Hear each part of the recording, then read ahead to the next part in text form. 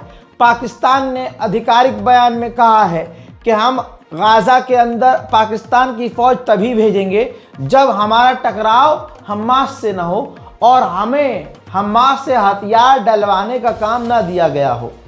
और तो और इजराइल पूरी तरह से गाज़ा पर हमला बंद कर चुका हो। उधर कहानी ये आई है कि हमास अपना नया लीडर चुनने वाला है। यानी जो लीडर अभी हैं वो खुदा हाफिज़ कह के निकल जाएंगे। नया लीडर जो है, हो सकता है सिर्फ एक नहीं, कई लीडर का चुनाव हमास करने वाला है। हजरात, भारत के मुसलमानों को देखिए, हमें पढ़ाई लिखाई करनी नहीं है, हमारे पास बहाने, हमारे बच्चों के पास और बहाने हैं।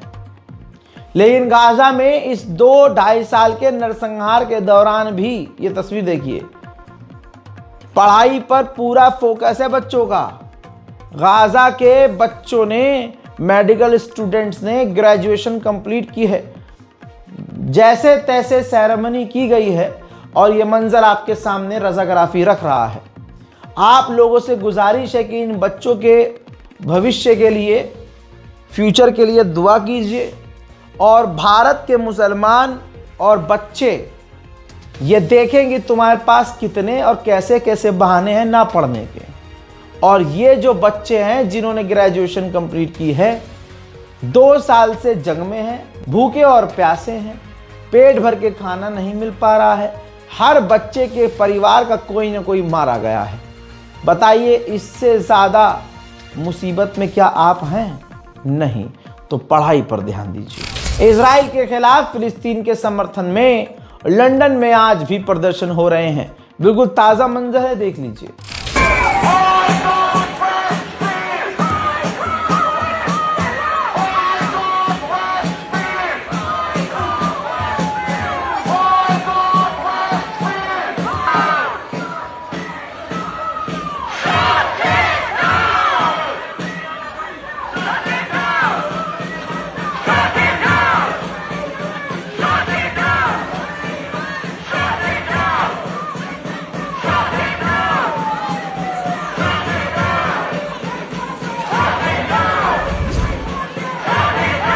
खबर यह भी निकल के आ रही है कि जोलानी यानी सीरिया के राष्ट्रपति और नेतन्याहू आमने सामने मिलने वाले हैं और इजराइल और सीरिया की सरकार के बीच बड़ी डील्स होने की संभावना है।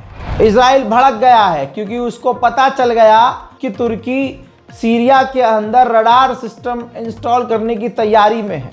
तो अब दोस्तों इजराइल और तुर्की का टकराव और बढ़ने वाला है। सीरिया के अंदर शिया समुदाय को निशाना बनाकर शिया मस्जिद को तबाह कर दिया गया, शहीद किया गया। 8 से 9 लोगों की शहादत हुई और 19 से 20 घायल हुए। मारे जाने वालों का आखिरी मंजर उनके जनाजे का ये है।